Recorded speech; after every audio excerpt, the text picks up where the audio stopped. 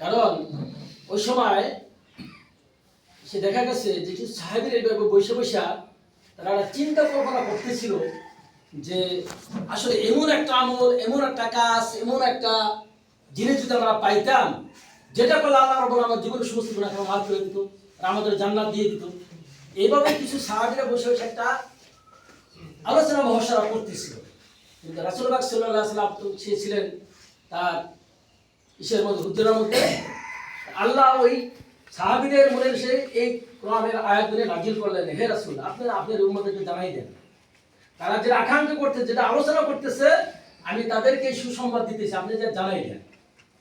আল্লাহ রাসূল সাল্লাল্লাহু আলাইহি ওয়াসাল্লাম যা সে মসজিদে নববীতে ঢুকলেন, ঢোকার পর কি নিয়ে আলোচনা করছে, কেউ কয় না ডরে, কেউ কয় না ভয়তে, কেউ কয় না কিসে ইয়া রাসূলুল্লাহ আমরা এই একটা আলোচনা করতেছিলাম।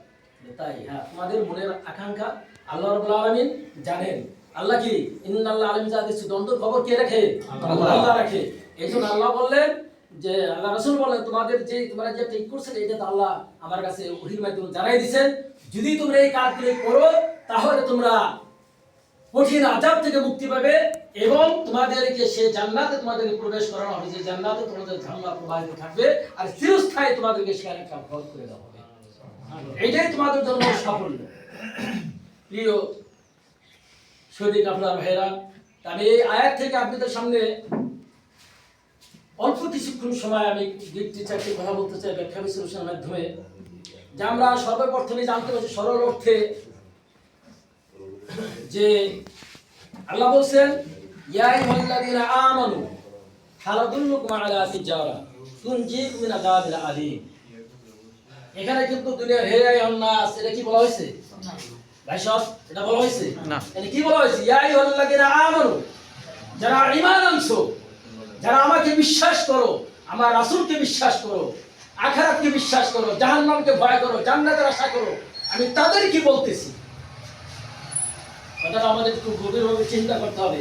এখানে আজকে আমাদেরকে সন্ন্যাস সব লোককে ডাক দেওয়া হয়েছে না, ডাক দেওয়া হয়েছে না, তাদেরকে ডাক দেওয়া হয়েছে যারা জামাত ইসলামীর পতাকা আমরা ঐক্যবদ্ধ হয়েছি, যারা জামাতের কর্মী হিসেবে আমরা সমাজে পরিচয় দিচ্ছি, যাদের জামাত মনে করে এরা আমার কর্মী, কি তাদেরকে ডাক দেওয়া হয়েছে না?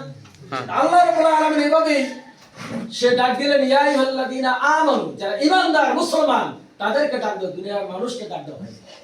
কোরআনের মধ্যে বিভিন্ন জায়গায় আপনারা দেখবেন ইয়া আইয়ুহাল্লাযীনা আমানু, ইয়া আইয়ুহাল্লাযীনা আমানু এভাবে ডাক দেওয়া হয়েছে, কিন্তু এক জায়গায় ডাক দেওয়া ইয়া আইয়ুহান নাস, হে দুনিয়ার মানুষ। শুধু একটা জায়গায় ডাক দিয়ে ইয়া আইয়ুহান নাস, হে দুনিয়ার মানুষ। আর সর্বোচ্চ আর সব জায়গায় আল্লাহ রাব্বুল আলামিন ডাকছে ইয়া আইয়ুহাল্লাযীনা আমানু, যারা ঈমানদার মুসলমান তাদেরকে বিশেষ করে ডাক দেওয়া হয়েছে। কারণ আপনার ছেলের প্রতি আপনি যে দরদ, অন্য ছেলের প্রতি সেই দরদ আছে আছে? আল্লাহ জানেন যে আমার যে বান্দারা আমার ঈমান আনছেন, আমার রাসূলকে যারা বিশ্বাস করেন, আমার কোরআনকে যারা তারা কার? আমার সন্তান, আমার খাস উম্মত, আমার খাস বান্দা তারা।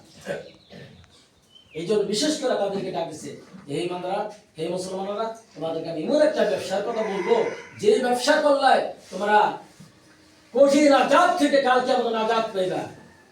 সেই ব্যবসাটা কি আপনাদের জানা দরকার না? জানা দরকার।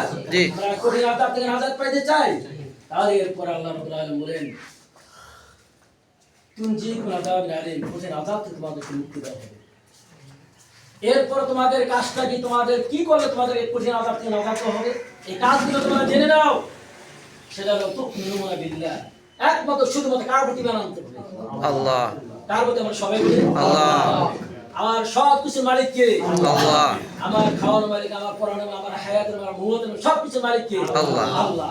এটার মধ্যে আমাদের দৃঢ় বিশ্বাস থাকতে হবে যে দুনিয়ার কোনো মানুষের কোনো ক্ষমতা নেই আমার ক্ষতি করার মতন, আমার কোনো দিকটা সে উপকার করার মতন, যতক্ষণ পর্যন্ত আল্লাহ ওই মানুষ আমার ক্ষতি না করাবে আর আল্লাহ ওই মানুষ আমাকে উপকার না করাবে। ক্ষমতা কার? আল্লাহর। এই দৃঢ় বিশ্বাস আমাদের থাকতে হবে, সবকিছু মালিককে আল্লাহ। এবং এইভাবে আল্লাহর ঈমান আনতে হবে। এই ঈমানের প্রতি আমরা ছোটবেলা আগে দেখতাম আমাদের দেশে, আমরা সবাই ভাই আমি কি মুসলমান, আমি ঈমানদার না, কি বলেন আমরা? আসলে ঈমানদার মুসলমানরা ঠিকই আছে, কিন্তু আসলে প্রত্যেক ঈমানদার মুসলমানরা কতটুকু, এটা আমার ব্যক্তিগত আমার বিবেকের কাছে আমি প্রশ্ন করি, তা আমার বিবেক আমাকে বলে দেয় আসলে কি আমি একজন মুসলমান। আসলে কি আমি একজন ইমানদার, আমি আসলে কি একজন আল্লাহর বান্দা, আল্লাহর কাজ আমি করতেছি? আমার বিবেককে এখানে বলে দিই। এরপর আমি আপনাদের সামনে বলতে চাই, আমরা ছোটবেলায় অনেক সময় খেলাধুলা করতাম, মার্বল খেলাইতাম, বিভিন্ন বাগানে যে গাছ জাম খাইতাম। আপনার আজকাল তো গাছ নেই দেশে, অনেক সময় গাছ গাছে গাছ খাইতাম, কি খাইতাম না? তখন কিনা আমাদের বড় বড় ওল্লা ছিল না ভাই? এই ওল্লায় যদি কামড় দিত, তো ওল্লাকে টান দিলে ওল্লা কামড় ছাড়তো, কি করতো? ওল্লা সিটা দিত। এখান থেকে আমাদের শিক্ষা গ্রহণ করতে হবে যে মুসলমানের কল্লা চলে যেতে মুসলমান ইমান ছাড়তে রাজি না। এই বাস্তব প্রমাণ বাংলার জীবনে দেখাই দিয়ে গেছেন বাংলাদেশ জামাত ইসলামী। আমাদের প্রথম সারির নেতারা তারা কল্লা দিয়ে গেছেন, কিন্তু ইমান দিয়ে যান নাই। ঠিক। এভাবে আমাদের আল্লাহর ইমান আনতে হবে। আমার কল্লা চলে যেতে পারে, আমার ব্যবসা নষ্ট হতে পারে, আমার বাড়ি ধ্বংস হতে পারে, আমার রাস্তাঘাটে চলাচল বন্ধ হয়ে যেতে পারে, কিন্তু আমি কারোর মাথা নত করতে রাজি না। আমি ইমান কার প্রতি? আল্লাহর। এরপর রাসূলি এবং আমরা যে রাসূলের উম্মত, যে রাসূলুল্লাহ সাল্লাল্লাহু আলাইহি সাল্লামের সুপারিশ ছাড়া কাল কিয়ামতে কাউকে জান্নাতে যাওয়া সম্ভব না। না। সেই রাসূল প্রতি ঈমান আনছে। আল্লাহ রাসূল বলছেন, যদি তোমরা আমার ঈমান এনে থাকো, আল্লাহ রাসূল হাদিসে বলছেন, ওয়া রাসূলুল্লাহ সাল্লাল্লাহু আলাইহি সাল্লাম লা ইউমিনু ওয়াহিদুকুম হাত্তা আকুনা হাব্বি ইলাইহি মিন ওয়ালিদি ওয়া ওয়ালাদি ওয়ান নাস আজমাইন। হে আমার উম্মতেরা, তোমরা ততক্ষণ পর্যন্ত একজন পূর্ণ ইমানদার মুসলমান হতে পারবে না যতক্ষণ পর্যন্ত আমাকে তোমরা তোমাদের ছেলে পেলে ভাই বেরাদার আত্মীয় স্বজন নেতা নেত্রী পীর মাশায়েখ যে যেখানে আছে তার চেয়ে আমার আদর্শকে তোমরা বেশি ভালো না বাসো। কি এটা হাদিস না? হাদিস।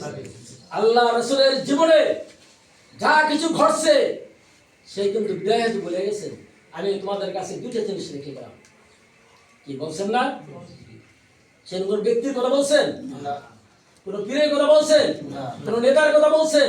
সে বলে গেছেন, আমি তোমাদের হাতে দুইটা জিনিস আমানত রেখে গেলাম, এই দুইটা জিনিস রাখতে ধরো, তাহলে তোমরা দুনিয়াতে পথগ্রস্ত হবে না এবং দুনিয়াতে সুখে শান্তি বসবাস করতে পারবা, মরার পর তোমরা কঠিন জাহান্নাম থেকে বাঁচতে পারবে, জান্নাতে যেতে পারবা। সেই দুটো জিনিস হলো কি? একটা আল্লাহর কোরআন, আরটা আল্লাহ রাসূলের সুন্নাত, তার আদর্শ। আল্লাহ রাসূল এই হাদিস তাই বলছেন যে আমার আদর্শ যদি তোমরা দুনিয়ার সবচেয়ে প্রিয় করতে না করো তো তোমার পূর্ণ মুসলমান হইতে পারবে না। আমাদের এই হাদিস থেকে, এই কোরআনের আয়াত থেকে আমার রাসূল আল্লাহর এইভাবে ঈমান আনতে হবে। আল্লাহ রাসূলের জীবনের যেভাবে আমাদের সামনে আল্লাহ বলছেন, বিসমিল্লাহ, লাকাদ কানা লাকুম ফি রাসূলিল্লাহি উসওয়াতুন হাসানাহ, আমি তোমাদের সামনে আমার রাসূলকে আমি আদর্শের মডেল হিসাবে পৃথিবীর বুকে সর্বোত্তম আদর্শ দিয়ে আমি গ্রহণ করলাম। তার আদর্শের বাইরে কারো আদর্শ মানা যাবে না।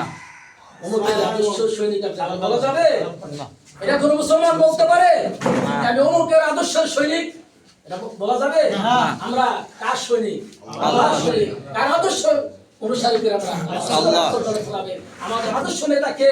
রাসূলুল্লাহ সাল্লাল্লাহু আলাইহি সাল্লাম। তাদেরকে আমরা ওইভাবে মানতে হবে, ওইভাবে তার অনুসরণ আমাদের করতে হবে, তাহলে আমি আল্লাহ রাসূলের একজন উম্মত হতে পারব। এরপরে বলা হয়েছে